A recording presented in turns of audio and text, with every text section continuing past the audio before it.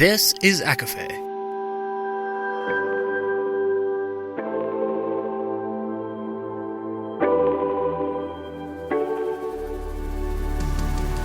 Laura Marie and Jessica Marie proudly present A Court of Fandoms and Exploration, a podcast. Fair warning, everything the hosts say is explicit, full of spoilers and adult content and shall not be used against them. They have opinions. Let's try not to drag anyone for expressing themselves and just have fun for an hour. We all deserve it.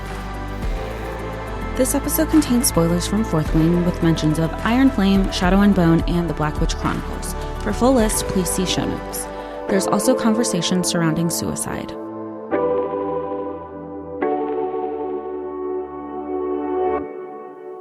Hi, everybody, and welcome to A Court of Fandoms and Exploration, your weekly deep dive into the YA literature and fandoms that we love.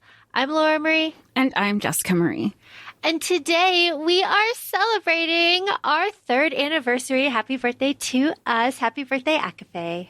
Can you believe we've been doing this since, what was it? We started going live December 2020. Yeah, Winter Solstice 2020. I mean, granted, we were planning forever. Then we had to just put our heels in and start going live and recording because it was terrifying. Sometimes it does feel that, yes, we've been doing this since 2020, but sometimes no. It feels like we just started and everything is fresh and new. Just like this, we have not really had time with the holidays to sit down and have a really full, fun recording like we're doing today. We're a little bit rusty and out of practice, so this is very fun that we are doing this again.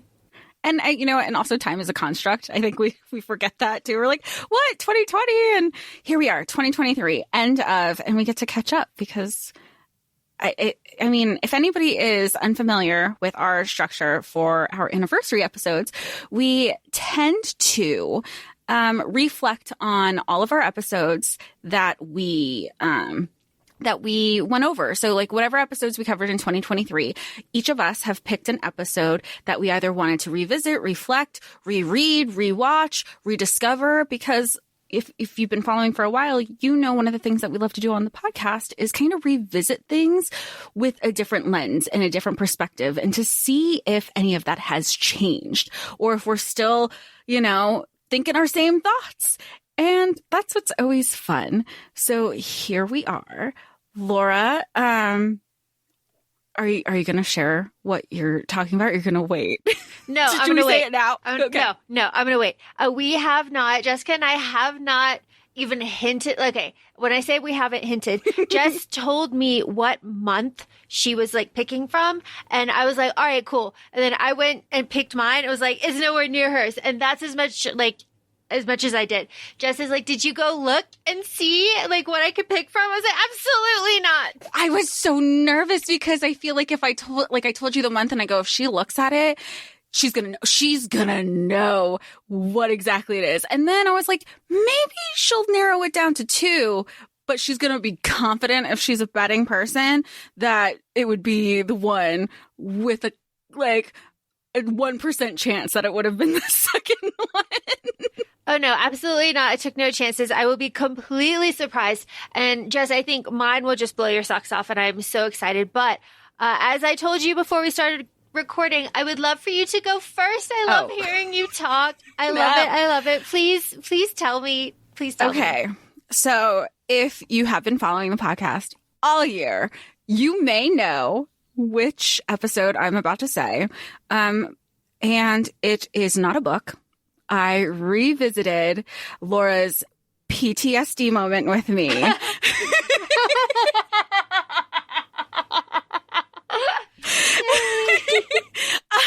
I rewatched The Virgin Suicide. And Jess, how did, wait, no, cut the bullshit. Cut the bullshit. How did you find it? What do you mean, how did I find it? I found it. Did you enjoy it this time, or did you not enjoy it this time? I enjoyed it more than I expected. Oh my gosh, you can see me blushing through this. I enjoyed it more than I was expecting. I think it's also, it is a very rainy day here. It is cold. I was in bed. I was under the blankets, and I just vibed. And I also think revisiting it, I mean, there are still some gripes that I have, but it's more gripes on the patriarchy. And I feel like those were more of my frustrations, but I appreciated it more in a sense of we're coming out of the summer of Barbie, the summer of girlhood, the solidarity that comes with being a woman, the sisterhood, and the lens that the media has also appreciated women carrying the economy and just lifting everybody up, and all of the tiny nuances that Sofia Coppola adds into this that I don't think I don't know where my mind was at that time, but I definitely didn't even think of the everyday things that she depicts in this movie the way I did in this rewatch. Ooh, interesting. We should also say, like, Priscilla, another Sophia, is out as well. So, like, there's this, the vibes are immaculate, right? Like, and she has such, and that was like my first Sofia Coppola movie that I watched. And then I haven't watched Priscilla yet, but just reflecting on some of her catalog, she does have a very, just like we say with Baz Luhrmann, has a very, like, you don't know, if you didn't know who was directing it, you can watch it and know that he directed something and it's his movie and it has his, like, imprint on it. I feel like seeing, like, revisiting Sophia now, she has that same distinct vision. Oh, she does. I absolutely. Of course. I mean, you're never going to hear any complaints from me. So can it take all of us through this? Like, you obviously you scarred me for life. You didn't like this movie. This like deep, like, part of my, like, childhood, but you revisited it. You have a different appreciation for it. What you say you still have some gripes about the patriarchy, as you do. That's a movie that's deeply about it. And while also being about sisterhood, kind of what do we like here that we didn't? Well, I think I, like, paid attention to the littlest details that I didn't beforehand, because, like, even from the beginning, which follows the pattern, I rewatched. It follows the pattern. If anybody's not familiar with the pattern, Laura brought this segment to our podcast about if something is kind of the plot is kind of shown at the beginning of the movie or, like, the first couple chapters of a book, including the prologue, of how the rest of the movie is going to lay out. Which, I mean, we probably discussed it in an informal way without noting the pattern. But, you know, it's Cecilia was the first to go, which implies the rest are going to follow later. And same thing with, again, the doctor. You're not old enough to know how bad life is. Like, why are you going to unalive yourself? And it's just like, obviously, doctor, you've never been a 13-year-old girl. And sometimes it's like, and I'm not idealizing anything, but it doesn't stop at 13 a lot of times, it's, you know, and it was just, it sets the whole tone, it set, like, of the movie, it sets everything up. But it was, talking about the details, it was like the intro. Remember when we reflect on our cult classics and you see, like, the yellow font or, like, Columbia Pictures or TriStar or something? This is in its very own way. It's girlhood, it's the doodles, it's the font, it's the open, you know, when you're learning to establish your own penmanship, it's making your, you know, are you putting hearts over your eyes or as the dots instead of a dot, or, like, open start, like, all of those little things that are so specific to being a girl, to being, like, and, you know, trying to be like, I want to make it my own, but I also want to have, you know, how do I want to make my ampersand? Like, again, the littlest details. And even, you know, more interviews actually came out with Sophia because of Priscilla this year that I was also, you know, we're coming, you know, we'll have links and show notes and stuff since we had our initial episode. And she was like, the best parts of the film were when they were running out of film, because that's when she felt like the cast and the sisters were, like, in their girlhood because they were bored, they were doodling, they were playing with each other's hair. She goes, all of the other stuff She was like, we ran out of so much film because, again, it was like in the 90s, they were using physical film. She was like, we were running out of film because the good stuff happened when everybody started getting bored. That's so special, right? Right. It's so special. And like how, and this specific like lens of girlhood, I'm thinking specifically of when one of the boys goes to the bathroom when he's there for dinner and it's just like walls of tampons, right? It's little, as you say, little details that you don't find in a lot of other movies, because a lot of other movies are like a drama or a comedy or it's played differently. But here it's soft, Yeah. and whimsical in a way, and kind of like a watercolor portrait of girlhood. And of course I love it. And so what else did you find here? I think seeing also the interviews, because I was taking it, I read the interviews after I watched the movie for the third time, and it was I picked up on it watching it. But Sophia, I mean, granted, she's a filmmaker, she's a director. She knows how to sell it and put into words what we're visually seeing. And she also knows how to put visually what she is imagining. And one of the things was like, she was, her dad, this is her first directorial debut. And one of the things that, she did on set, or her father, everybody knows who her dad is. He's like, you need to yell action. So, you're loud. People know that you're the one in charge and you're the one that they're going to be taking directives from. This is your movie. And she's like, but Dad, this is how I do it. And again, this is just like, it also reminds me of Greta Gerwig, where she's like, well, this is how I'm going to do it. And there is a softness that, we can be strong females and be in our, we can be in both our masculine and feminine energy. And there's a way that you can approach things that doesn't have to be aggressive all the time, but still commands that respect. And, I think you can see that reflected in how the movie panned out, and that how it still transcends over 20 years later. Your gripes are still your same gripes, or do you have different gripes? It's, I understand that the gripes are intertwined with the girlhood and being a girl and in our society. And this was like this movie took place in 1975. So like when they had the party in the basement and the boy is like, oh, well, this is what my focus is. My parents really want me to go to Yale. You know what Yale is, right? And I love seeing the girls on social. It's on TikTok a lot, where guys are just mansplaining things in bars.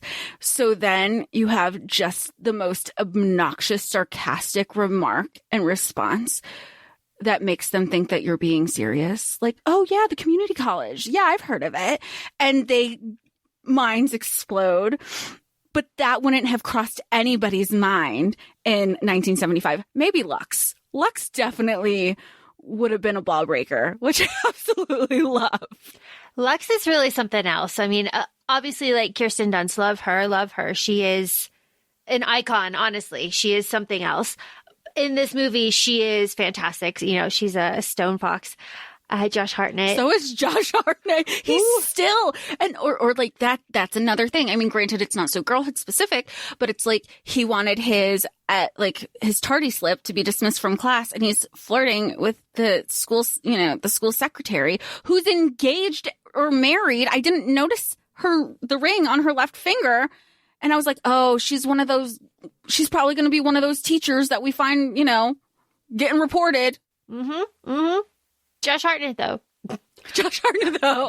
Did you ever have like the teen magazine? But this is again like girlhood. They would like, it would be Josh, and you have like the fold out posters, but like his nickname on the teen scene was Josh Hotnet. It's just so funny. Again, it's funny, but it's so specific to a very certain time and a very certain like it really is a community. It is. It is, and kind of shows now, again, Jess, I'm thinking specifically, see, again, you just like burned this into my mind. One of your gripes was like, these boys, like they're like calling them on the telephone, like, and like that was one of your gripes. And to me, I did, I think, take the time to like explain like that to me as a child was like such a, like act of love and like devotion that those boys were showing. Like, do you still feel this way? No. Now I had the technical part of it down. Now I was more focused on the technical part of it. I was like, how are they calling, but the girls aren't answering the phone? And then I remember somebody showing like you would pick up the phone would already picked up off the line and you would be like releasing it. So that was the tech. But then I was thinking about the music part of it. I focused less on the boys in that specific scene.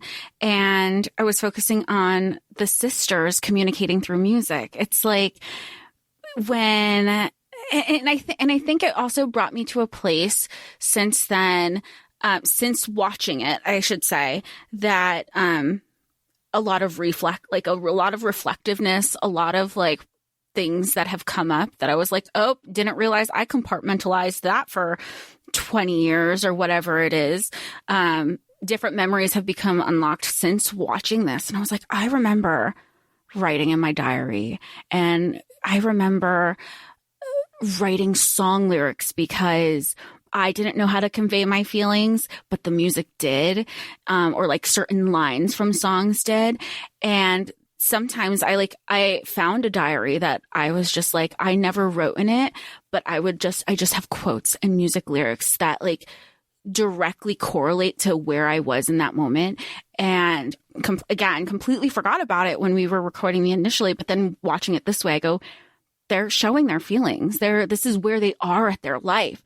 And this is also based on the lyrics that they were only allowed to listen to because, as we know, their mom like burned and broke, like all like, she's like, no, not Aerosmith. Like Aerosmith spoke to so many people. And I feel like we still go through that now, even when we're, we just, the Spotify Wrapped just came up, and sometimes we have like our feel good music. And then sometimes we're still very deep in our emo feels. I just went to like the Something Corporate concert a couple weeks ago.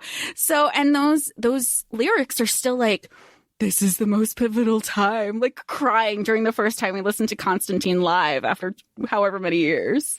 That's so special. Okay. So you had like a really special time with this. So I just like kind of going through it.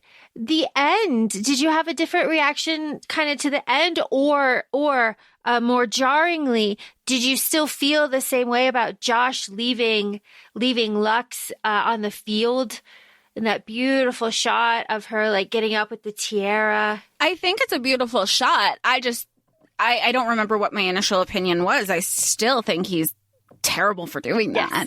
Yes, absolutely. Garbage trash man. I'm like, I'm not. Yeah, I'm not having. And then when he's like, oh, like she's still the one that got away. Like when he's like in his older version, I'm like, fuck you. But I'm also thinking of like all the people that we know personally, who I kind of love. Absolutely not kind of. That those are the same people who are hitting up the people that we know, to be like, hey, I'm still head over heels in love with you. And you're like, you're damn right you are. Of course you are. Of course you are. Like, as you should be, like, obviously. But, this is so exciting then. Okay, so has this now made you more likely to go watch other Sofia Coppola movies? Yeah. Yes. It took this time because I wasn't sold on it before. But now I want to like some like the major ones. Like I want to go, Marie Antoinette. Yes. Obviously Priscilla. The Bling Ring. I think the Bling Ring would be so fun. I know she did Lost in Translation, I think. I'm not exactly sold on that one. But the previous three that I named off the top of my head, absolutely. What is it about this like this third rewatch that made you be like, yeah, you know what? I do want to check out her back catalog. I think it was just one, the interviews. I am huge. I mean, you know what I do for work. And I think some of the most interesting background stories and those details are what will sell me on media sometimes. Because you're like, that thought, to go into something knowing that there's something in the forefront of her mind, knowing that she is like such an advocate of a female perspective and a softness that comes with it, and the complications that also come with being a woman too, because this movie, and I can't remember if we talked about it in our first episode or our initial episode, she wasn't the original writer. The original director and writer was a man. And even though the author is written by a man, I can't imagine. And again, I wasn't around in 93 to know like the success of this as a book. But I feel like her lens, her female lens and approach to all of this is what made the book what it is. Agree. I agree, of course. I'm so happy that you like got here. This is joyful. I know. And it was like all the little things, like again, like them piling on the bed, them piling on the floor, like little things that mean nothing to no one except like you and your friends. Like some of our best weekends that we do aren't doing anything. We're just on the couch eating, ordering food, and watching TV under piles of blankets. It's sometimes that's all you need. Yeah. Oh, this is so lovely. Oh my gosh. I have no questions. Obviously, anything else you want to share about this? No, I feel like I touched on, I mean, the journalist still bothers me. Why are you quoting and talking to a minor without, again, these are all things that are very specific, us having this conversation in 2023. And, this is 1975. It was a very different world. Yeah. And then of course, we're also in 2023. So you see everything happening. So it makes me question if I was ever going to be a parent, I might turn into the mom. You're not allowed out. People are terrible. People are terrifying. So it's better off I'm not a parent. Are you like, have I been redeemed? I'm worried. You were never like in a situation where you had to be redeemed. Ever, ever, ever. I never questioned it ever. Your taste is always immaculate. As always, this is why this episode is such a fantastic opportunity, and why the opportunity to reflect on something is perfect, because you can learn and grow and reevaluate and see, maybe you were in a funk. Maybe the mindset was different. It's good to reevaluate things. Well, yeah. And I think that goes for everything, because it's fun. And this is all within the premise of less than a year. We talked about it in, maybe it was like February or March. I think we watched it in February.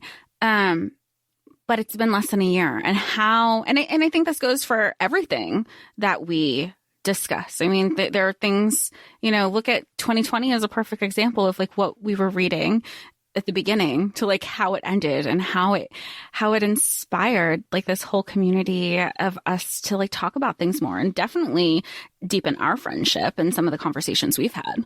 Oh, absolutely. Oh my gosh. Okay. You're done? I'm ready. I'm ready. Wondering if... Are you ready? Wait, are you going to kick off with the Thanksgiving story or no? Yeah, this is what I'm going to do. All right. Jessica Marie and listeners. Okay, strap in. Do I Get know? ready. Am I going to have an idea? I feel like I don't. No. We're going to Basgiath. We're going back to Fourth Wing. No fucking way. We're going to Fourth Wing. Holy shit, I was not. For a second, my brain glitched because I was like, Basgiath. We're going to Basgiath. The Black Witch? No. No. We're back with Zayden. We're back with Violet. No I went back to Fourth way. Wing. I will tell you why. Are you ready? You want to know why? I'm so fucking ready. All right. I'll tell you why. So this episode is airing in December. So this is after my Thanksgiving travel situation. And that situation involved a conversation with a person that I deeply respect. Okay. This is a cousin, on my husband's side of the family that I've known for a long time. Like obviously is almost as long as I've known him. And she said something wild and out of pocket to me. This person that I deeply respect. She looked me in the eyes. And she said, "I'm almost done with Fourth Wing. Liam has just died." Spoilers, I guess, for Fourth Wing. Oh, spoilers. Fourth Wing spoilers. Fourth Wing spoilers. Liam has just died. And I looked at her like, "You said your brain short-circuited. My brain short-circuited." I went, "Huh?" She's like, yeah, I'm reading Fourth Wing. It's what everybody says you should read after you read all of the Sarah J. Maas stuff. And I went, huh? What? Mm-hmm. Cousin who I deeply respect, who is like, has a very like high, she's wonderful. I love this person. So my brain is short circuiting. I was like, oh, okay. Do we like it? Cousin who I deeply respect. Do we like it? She's like, yeah, it's great. Like it's, I love it. I love it. Like, and then she goes, I hate Xaden. But I was like, okay. Wildly not what I was expecting. So I was, especially after reading all of SJM. I know. I got more. Okay. So this was after a couple of days. And so she finishes the book and she comes up to me. She's like, so I finished it. And I was like, oh, okay. And of course I still am like brain dead on this. And she's like, yeah, the cliffhanger. And I had just finished Iron Flame, which also kind of ends on a cliffhanger. And I was just like, what happened? And she told me, it was like the brother. And I was like, oh yeah, the brother. Fuck. I was like, did you like it? She's like, it was really good. Like she's all in. And I was like shocked. I was so surprised. I was like blown on my ass by this. One, because she hated Xaden with her full chest by the end of it. She's like, I fucking hate this guy. Which, even by the end? Yeah. Like, she's like, he betrayed her. He lied to her. He's like, all of this stuff. I don't trust him. He's older than all of this stuff. Like, and I was just like, oh, okay. But we like it. She's like, it's action. It's fast paced. And I was like, okay, so then I started asking her about like the tropes, and I was like, and like the lightning, in the beginning. She's like, oh yeah, no, like it's fun, and I was like, okay, this person who I like love and deeply respect, who's like, okay, all right. So I like the good little person that I am for research, went back in. I went back into Fourth Wing. Wait, you reread Fourth Wing over Christmas or Thanksgiving? I reread Fourth Wing over the past 3 days, preparing for this, and I also did it for a second reason. Rebecca Yarros, author, who we have thoughts about, she has said in interviews. Jess, you're talking about interviews. I have my own. Rebecca Yarros has said in interviews that Violet's second signet, the clues have been there all along. Because we still don't know what it is. Like, no spoilers. At the end of Iron Flame, no idea. But she's like, the clues are there. And I was like, all right, bet. I just finished Iron Flame.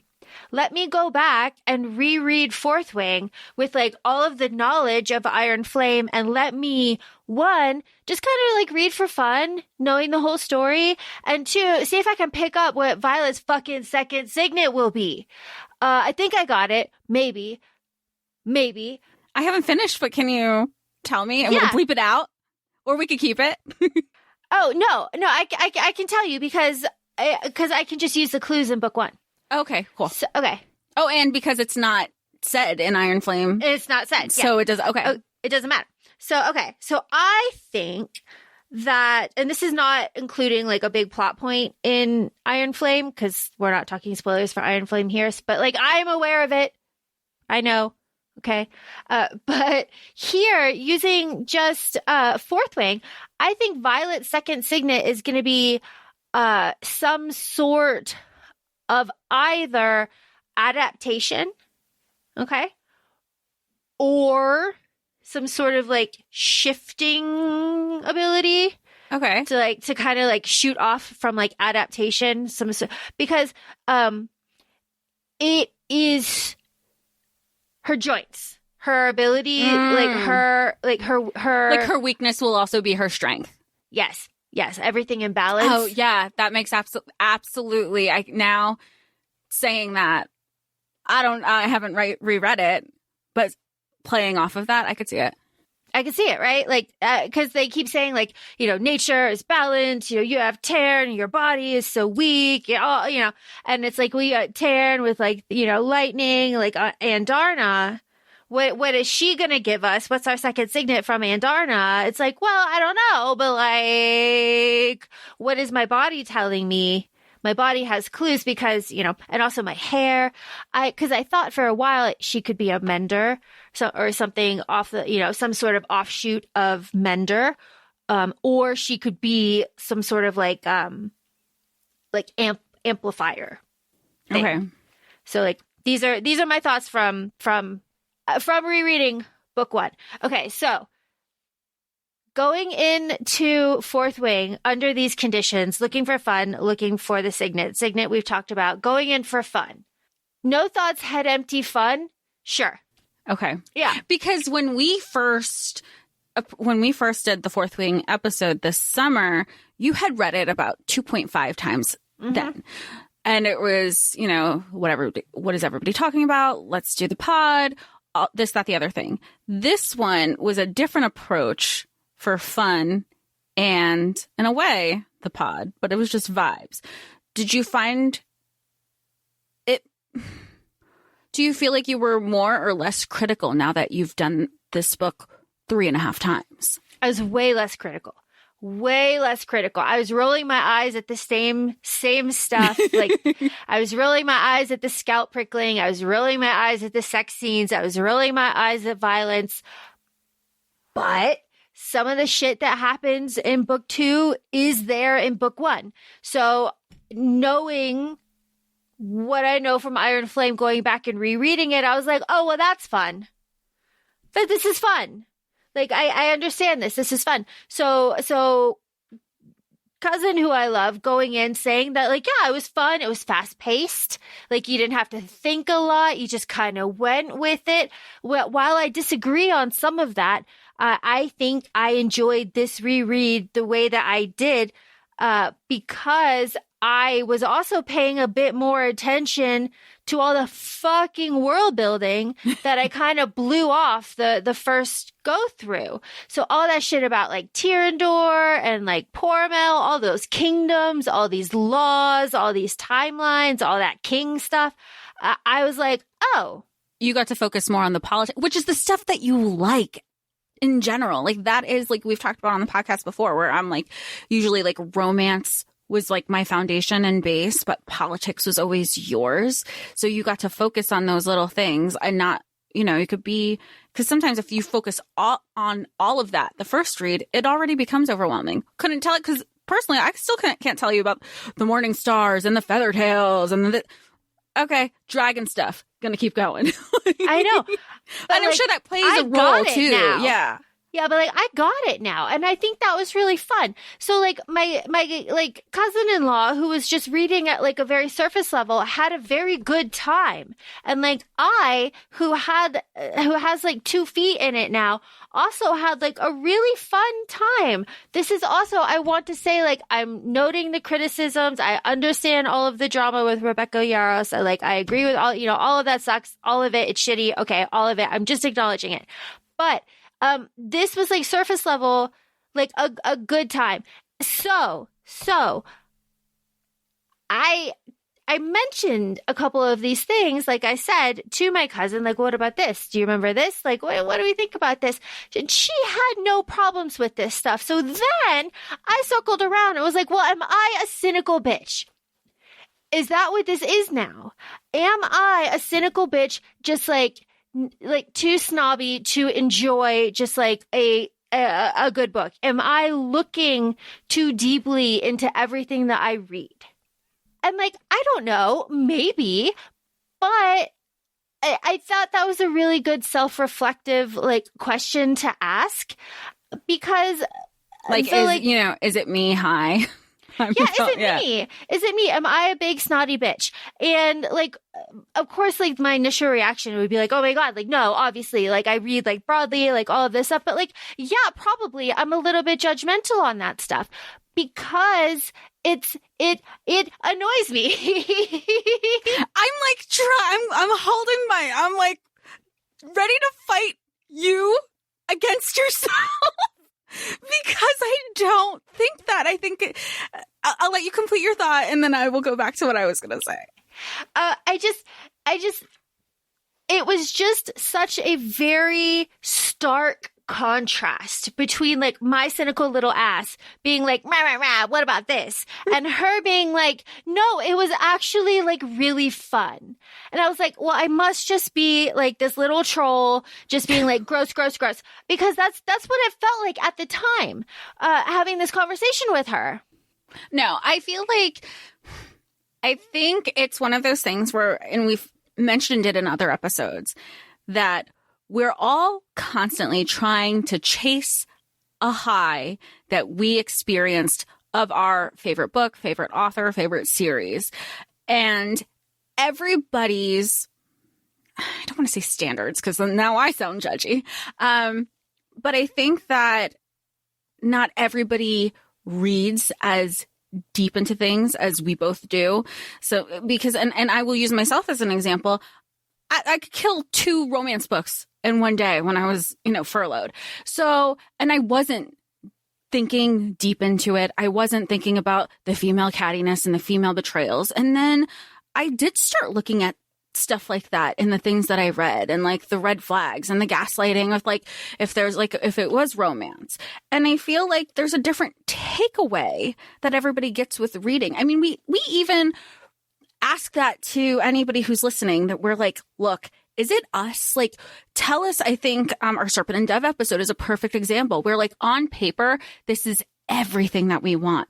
What isn't clicking? Same thing with Kingdom of the Wicked series. We're like, we want it to. It's not because we don't want it to be there. It's not because we're cynical. We want something different out of the books that we're reading that maybe others aren't. I don't know if that like solidifies, if that defends, but I'm like, no. Well, here's the thing. The one thing that cousin-in-law and I absolutely did agree on, which is very funny to me, was that we absolutely do not want this as any sort of like live action TV show. Absolutely Ooh. Not. When it's already been not. confirmed for a TV adaptation. Yeah. It's been confirmed. Whether that actually fleshes out, like right now, we just know that the rights are, there. Yeah. Or owned. And both of us were just like, absolutely not. Can you imagine? How are they going to do the dragon talking in the head? How are they going to do Xaden and Violet talking to each other in their head? How are they going to show her like grounding in the archives? We rah, rah, lightning, rah. How are they going to do that where it's not going to look like asinine, right? Or cheap. Yeah, I'm almost like wondering if it would just glaring at each other, and then it's parentheses, when it's not like, we choose to put subtitles there, but when they have like the Force, like speaks telepathically in italics. I don't know. It's just going to be weird. So just, animate it. Again, this is also my stance for the ACOTAR TV show. Just animate it, please. Just like alleviate all of the bullying, all of the horrible fan battles for casting, all of that stuff. Just animate it and be done with it. I don't think they will.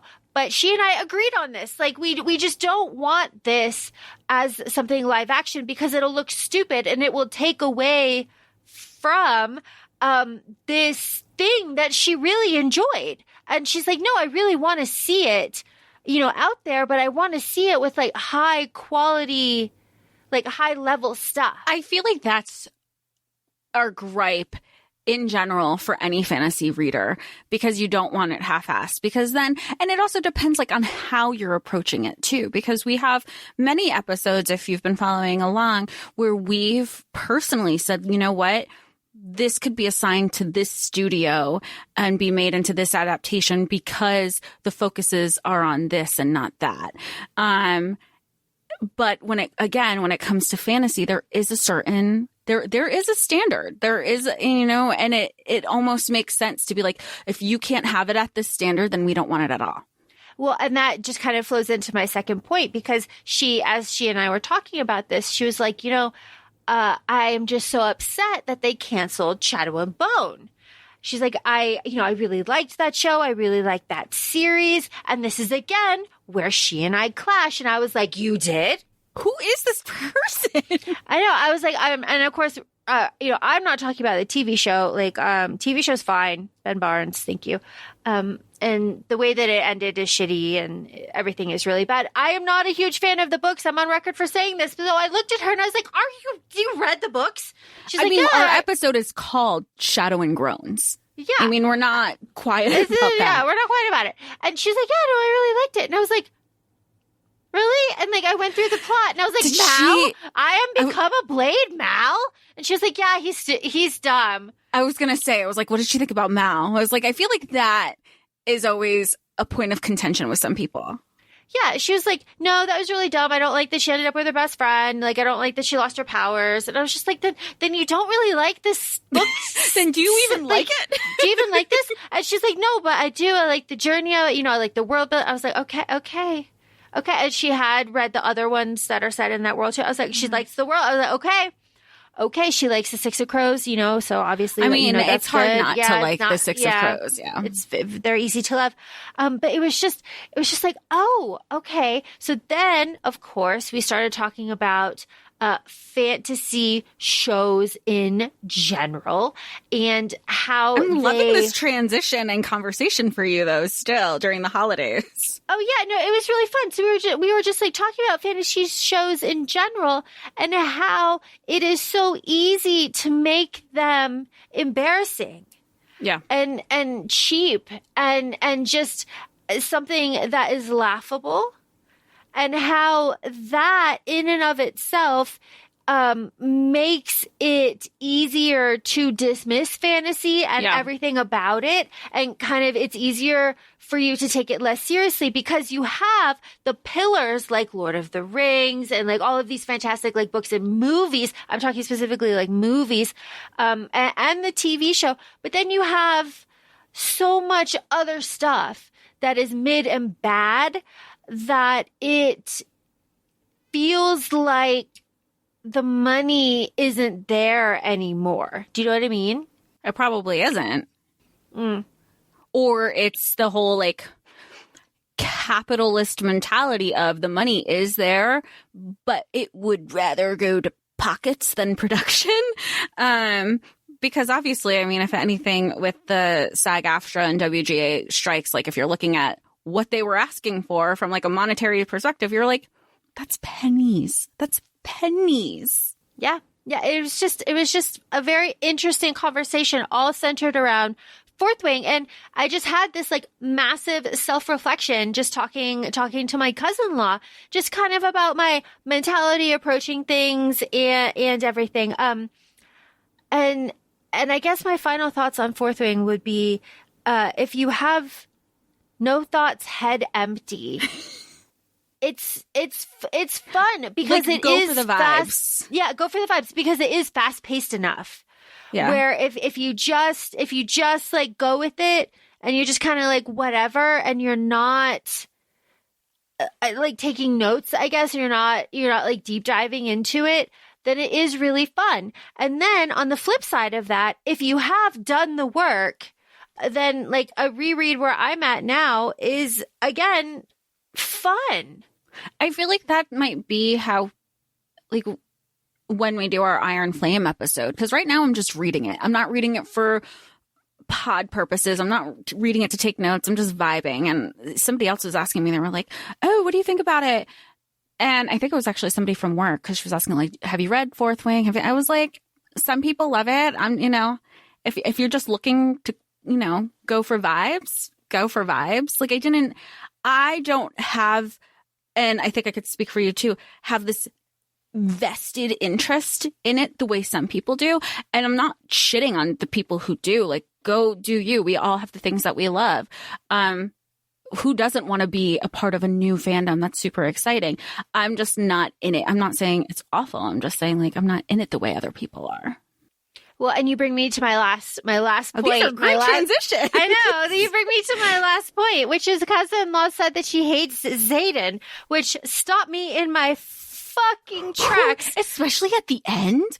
Like, I know. I know that Rebecca Yarros, she was at some conference or whatever, in the UK over the summer. And she said that she was basically like a Dane apologist. So is that where cousin-in-law, like, does she like Dane? Does she prefer, or is she like, look, I'm not team boys, I'm just like team Violet?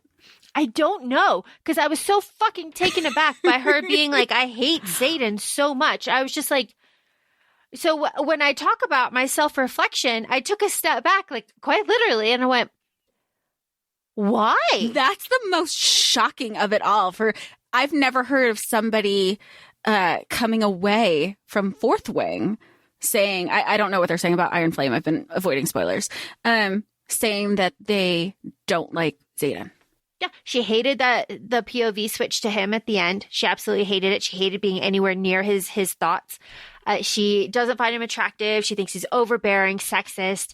He betrayed her. You know, he's just disgusting. Like she's in it for Iron Flame from what I've read so far. I know. So I was like looking at her and I was like, she's like, yeah, he's so toxic. And I was like, I love toxic men. Wait, what's this her is a person. What's her thoughts on Reese? Yeah, I will get there.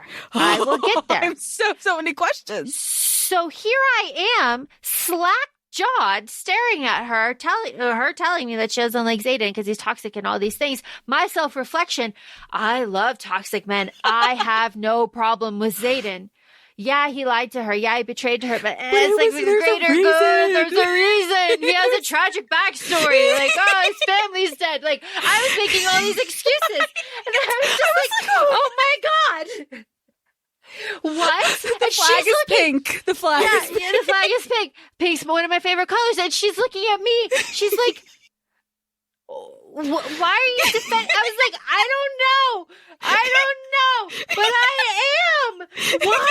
Like, because I was like offended. I was offended. Like she was calling me out, like my personal taste in men, and I was just like, well, damn.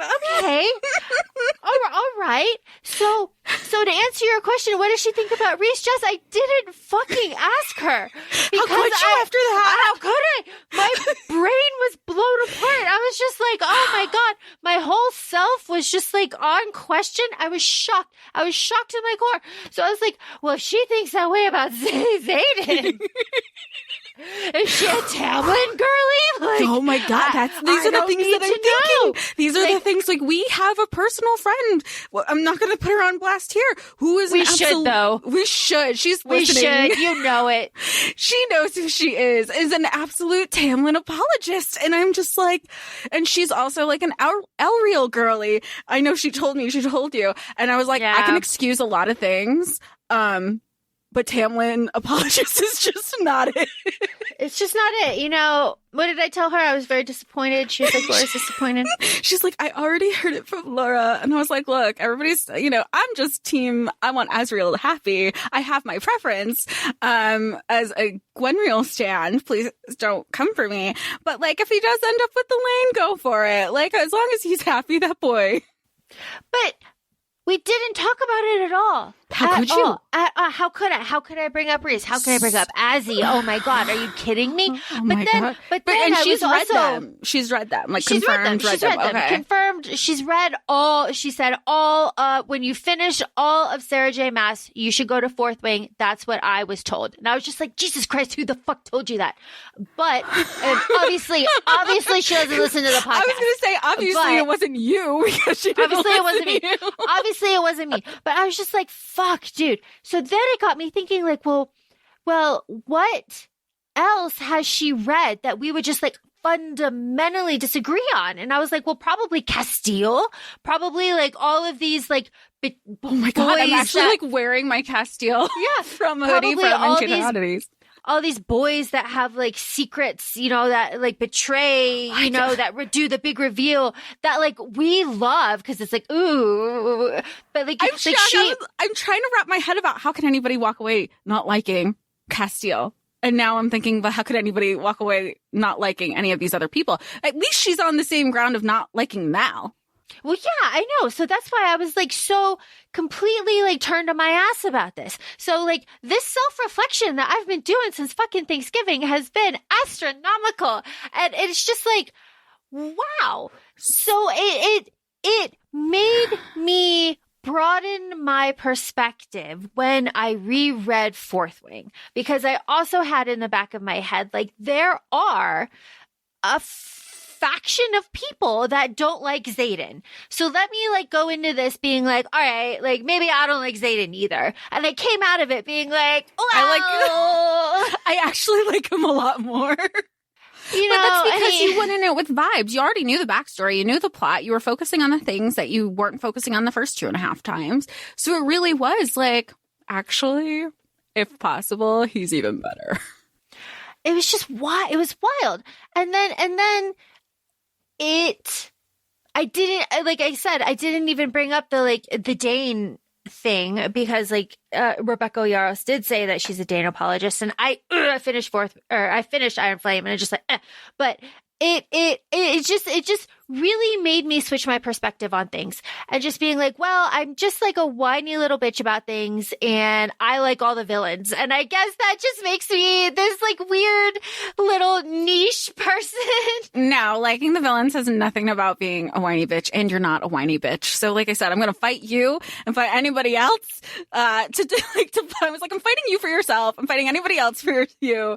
I'm just like, oh, how does it feel for you to have, not you, but like general you to have a wrong opinion? Because I'm fighting, like I was like, absolutely not. Team Laura all the way. Well, it's really been wild. So that's why I was so excited to talk to you about all of this. I have been keeping this under wraps. I didn't really. When you said you're like, oh, I'm going to talk about a Thanksgiving story before we get into it, I was like, oh, I thought it was just like a little quick. I didn't realize it was the foundation for you to be like, wait, that's the episode. That's what I need to revisit. Oh, yeah. No, I'm a storyteller. That is, I'm like. We went on a journey together. Did either of you, obviously you walked away with something different. Did she walk away with any changed perspective or at least good book? Like, did you walk like, oh, well, you should read blah, blah, blah, blah, blah. No. She probably walked away with like, she's a little bitch about this. Because I was like. No, because I feel like I would have been like, you know what?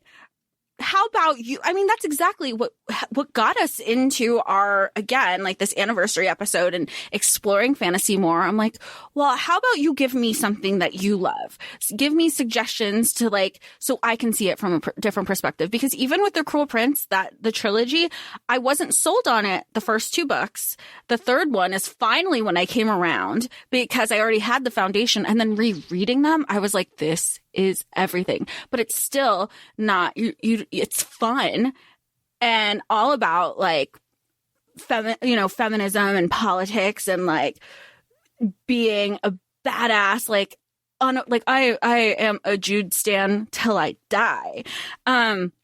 But it was still had the lightness that you didn't have to like, you could still be in fantasy, but not be like completely tortured for the rest of your life for it, which is so fun. So I feel like, and then I was like, give me more. So and I feel like even with like certain things that we approach, I'm like, maybe I need a different perspective. I know I've texted you to be like, is it me? Like, tell me if I'm wrong. And you're like, actually, you're not wrong. And I could hear you being frustrated about like, what is it?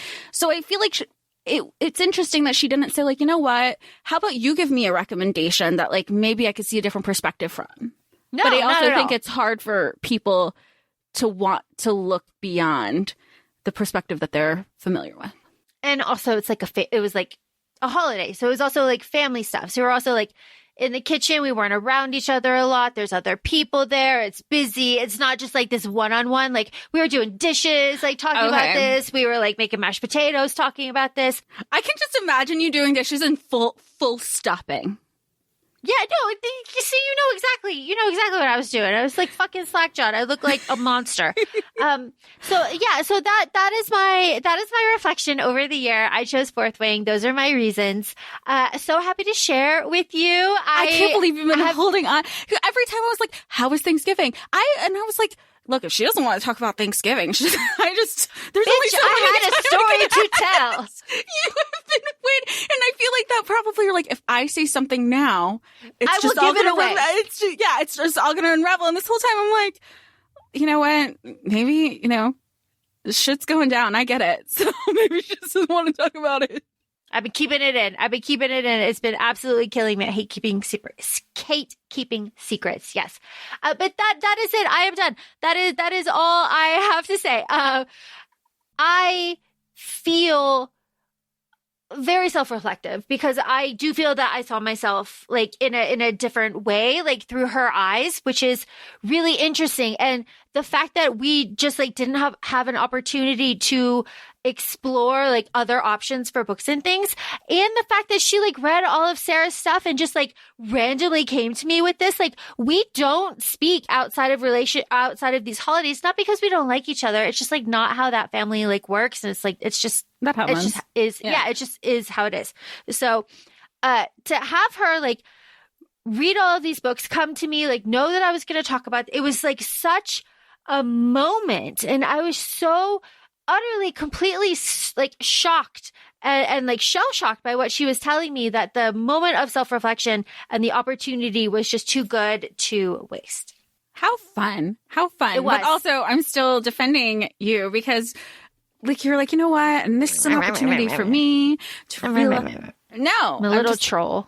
No, never. Because I'm just like, but I think that is also showing growth as a person to be even like, you know what, maybe I need to take a step back. And then at the end of it, I'm still like, no, you're fine. I appreciate, like, I think everybody can be like, we appreciate the self-reflectiveness, but no, you're wrong. You're fine. Honestly, I love this format for this episode so much that I look forward to this episode every single year. And I am now, even though we are finished with this episode, I am looking forward to next year's episode and another moment. I'm looking forward because this is so fun. And I feel like I think I get more nervous initially because I'm like, I never lead. You're like always the sensei and everything. So I get so nervous because I don't lead when it comes to the podcast, and like breaking this whole thing down. It was super fun. Both of them, because they're also both, we're talking about fandoms. We're talking about, not just books, like all of the things that we encompass. We talk about like cult classic movies. It was really fun. I'm glad we did this. And I can't wait to do it again. That being said, feel free to follow us on Instagram. We are at ACOFAE Podcast. We're also both on TikTok, ACOFAE Laura and ACOFAE Jessica. Thank you so much for joining. Thanks for another year, and we'll talk to y'all soon. Bye. Bye.